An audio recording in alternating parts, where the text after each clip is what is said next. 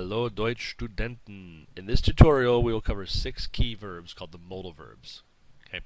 The verbs wissen and kennen, which mean to know, and the imperative, which is how we give commands or polite requests, will be covered in a separate tutorial. For now, let's get started with the modal verbs.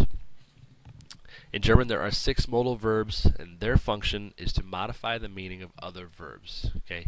These verbs are können, müssen, wollen, dürfen, sollen, and mögen.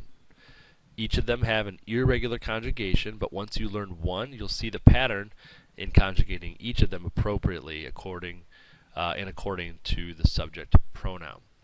Let's look at this chart to see how they're conjugated. Let's start with dürfen.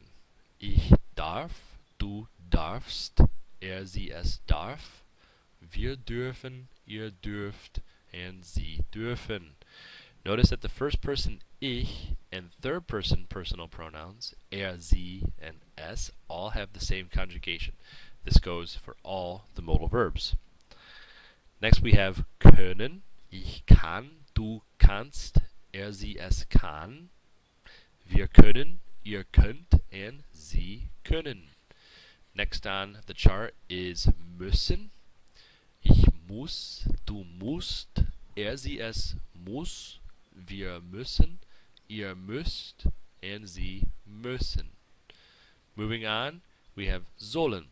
Ich soll, du sollst, sie es soll, wir sollen, ihr sollt, and sie sollen.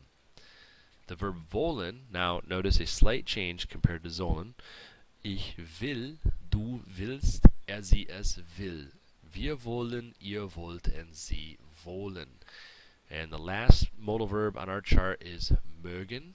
Ich mag, du magst, sie es mag. Wir mögen, ihr mögt, and sie mögen. Just like any verb to conjugate, you'll need to memorize how each are conjugated until it becomes routine. Let's look at how some examples of these are put in use. You recall that word order in statements is as follows. Nina und Alexander gehen in die Disco. Okay.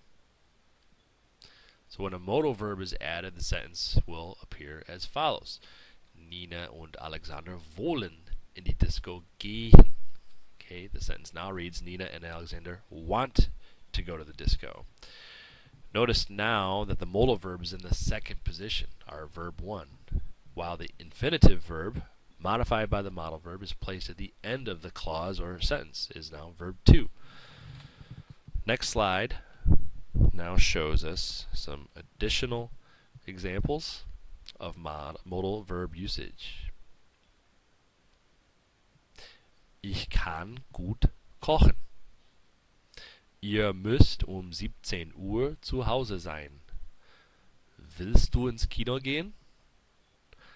Darf ich den Film sehen, Mutti?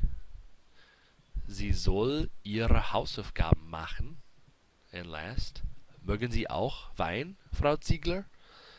Questions with modal verbs follow similar rules as questions without modal verbs. The modal verb is placed first, followed by the subject in the second position.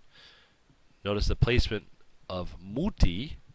Okay, when directing a question to someone, the infinitive is placed at the end of the clause, followed by a comma and the person whom you're speaking to. Let's turn to another verb typically included with the modal verbs, and that is möchte. The modal verb möchte is a derivative of the modal verb mögen.